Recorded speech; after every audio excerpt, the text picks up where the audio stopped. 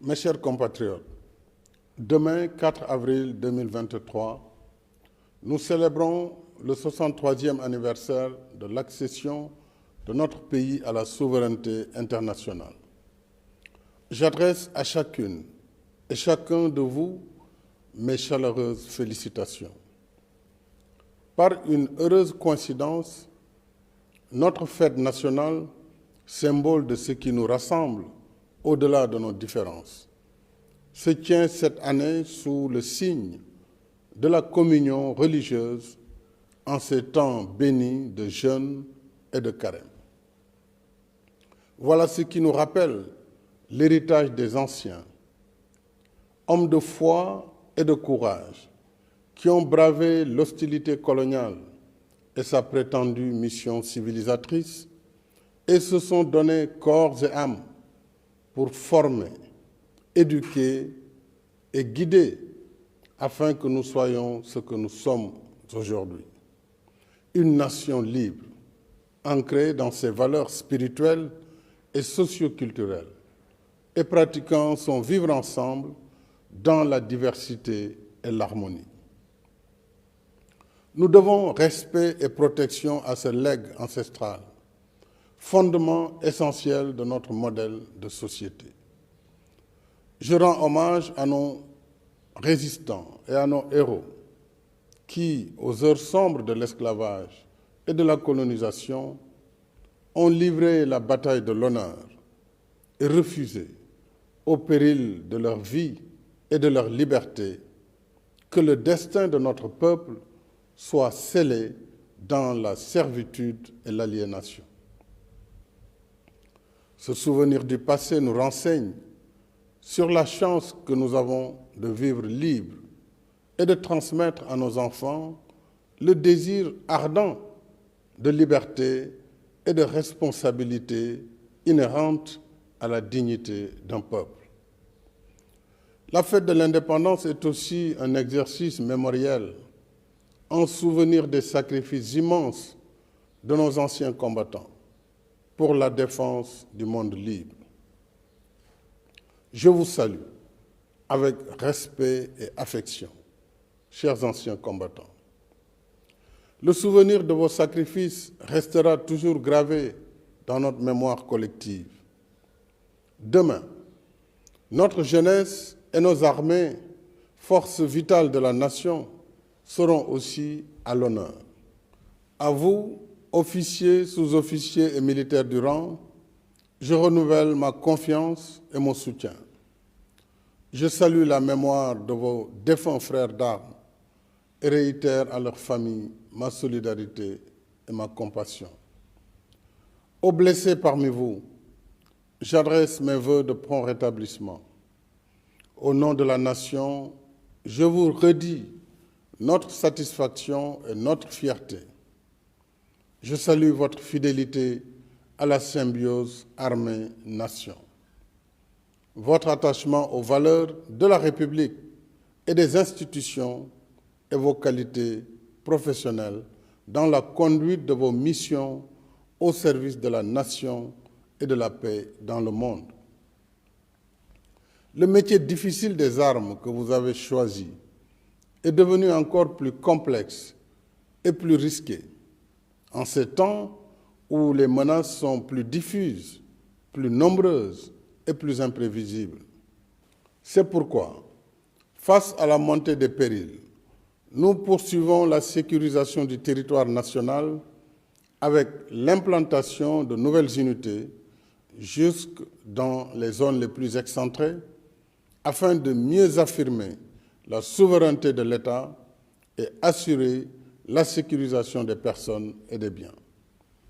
S'agissant de la gendarmerie nationale, de nouveaux escadrons de surveillance et d'intervention ont été créés dans 12 localités. Saraya, Bignona, Sédhiou, Koungheul, Ranérou, Ndioum, Podor, Kaffrine, Fatick, Mbour, Keur Massar et Diamniadio. Quant à la police nationale, elle s'est dotée de 10 nouveaux commissariats aux Parcelles Assainies, Unité 15, Golfe Sud, Diamaguène Sicap Mbao, Rufisque Est, Yeumbeul Comico, Zac Mbao, Thiaroye, Linguère, Nioro du Rip, Koungheul et prochainement à Keur Massar. Ces efforts sont renforcés par la modernisation des moyens d'investigation et le relèvement des effectifs afin que nos forces de défense et de sécurité restent toujours à la hauteur de leurs missions régaliennes et des tâches civilo-militaires qui leur sont confiées, comme la préservation des ressources naturelles, thème de la fête de l'indépendance cette année. En effet, la protection de nos ressources naturelles reste au cœur des priorités de notre souveraineté, avec la raréfaction des ressources, les pillages et trafics illicites de tout genre et la nouvelle vocation minière, pétrolière et gazière de notre pays. C'est pourquoi je tiens à la poursuite des plans d'équipement de nos forces de défense et de sécurité pour qu'en tout temps et en tout lieu, elles gardent l'ascendant et soient prêtes à la riposte. Mes chers compatriotes, dans mon message pour le Nouvel An, je vous ai entretenu de nos programmes et projets de développement économique et social, y compris l'état d'exécution de nos chantiers d'infrastructures indispensables à la réalisation de nos objectifs d'émergence. En dépit de la conjoncture économique difficile, l'État continue sa politique de soutien aux ménages, comme en témoignent les mesures de lutte contre la cherté du coût de la vie, dont la baisse du prix des loyers. En même temps, tous nos chantiers d'infrastructure restent actifs, aussi bien en milieu urbain que rural, conformément à notre politique de développement dans la justice sociale et l'équité territoriale. Ainsi, après les autoponts de Yoff, Keur Gorgui, Saint-Lazare, Lobat Fall et Keur Massar, celui de Cambérène et le pont de Marsassoum ont été mis en service. Dans la même dynamique, je suis heureux d'annoncer que l'exploitation commerciale du BRT débutera dans le courant du deuxième semestre de cette année, avec un parc de 158 bus spéciaux, 100% électriques, qui seront alimentés par voie solaire. C'est une première mondiale. Les premiers bus seront livrés en mai.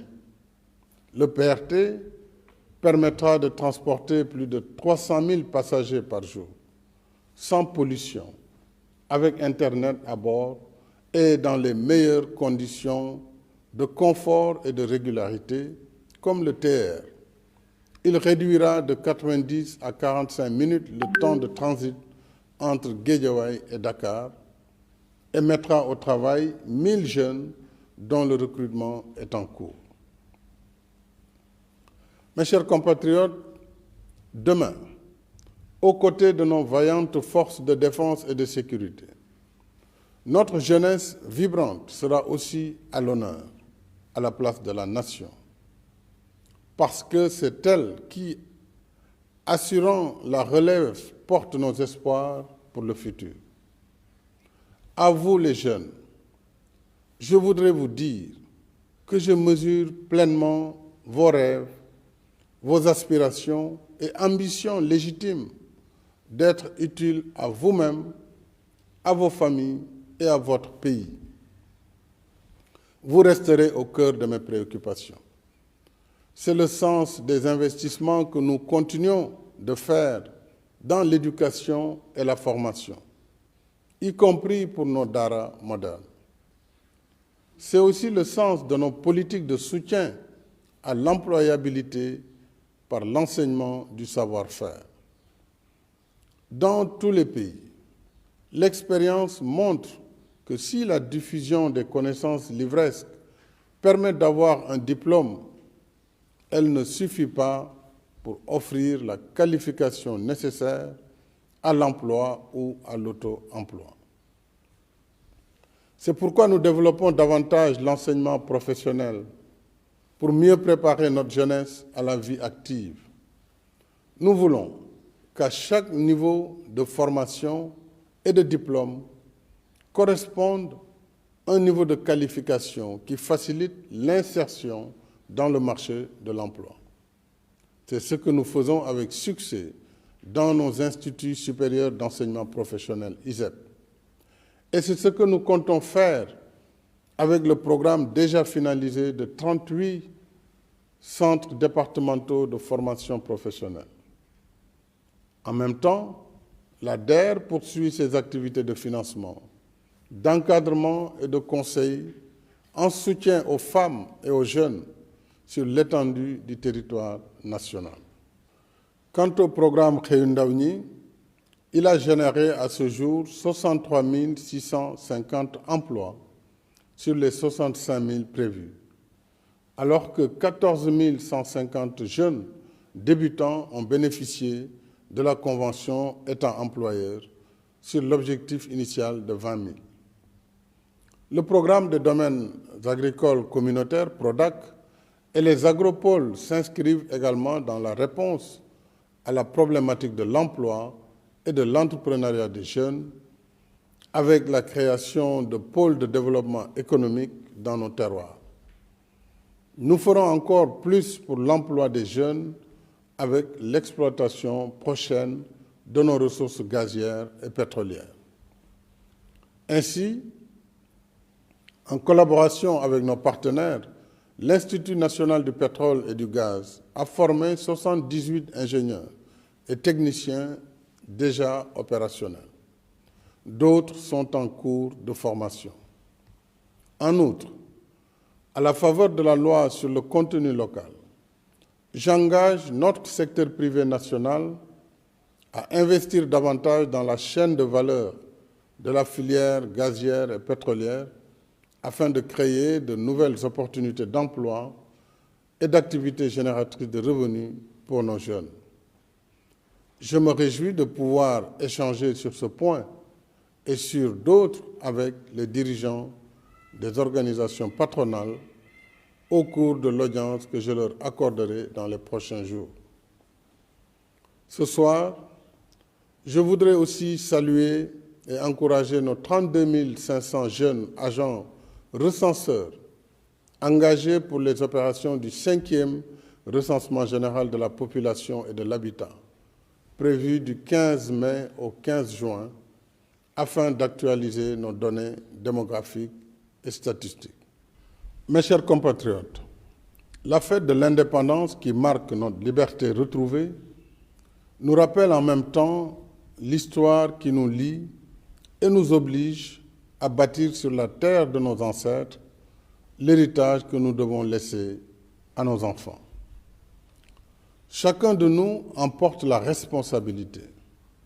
Dès lors, il nous revient de puiser à la source des anciens la sagesse qui inspire le dialogue et la concertation pour surmonter nos différences afin de rester la nation sénégalaise qui nous rassemble et nous ressemble. Une nation de coexistence pacifique où le sort de chacun dépend de celui de son prochain, parce que nous sommes une seule et même famille. Dans cet esprit, je reste ouvert au dialogue et à la concertation avec toutes les forces vives de la nation dans le respect de l'état de droit et des institutions de la République pour un Sénégal uni, un Sénégal de paix, de stabilité et de cohésion nationale. Vive le Sénégal, vive la République. Bonsoir et bonne fête de l'indépendance.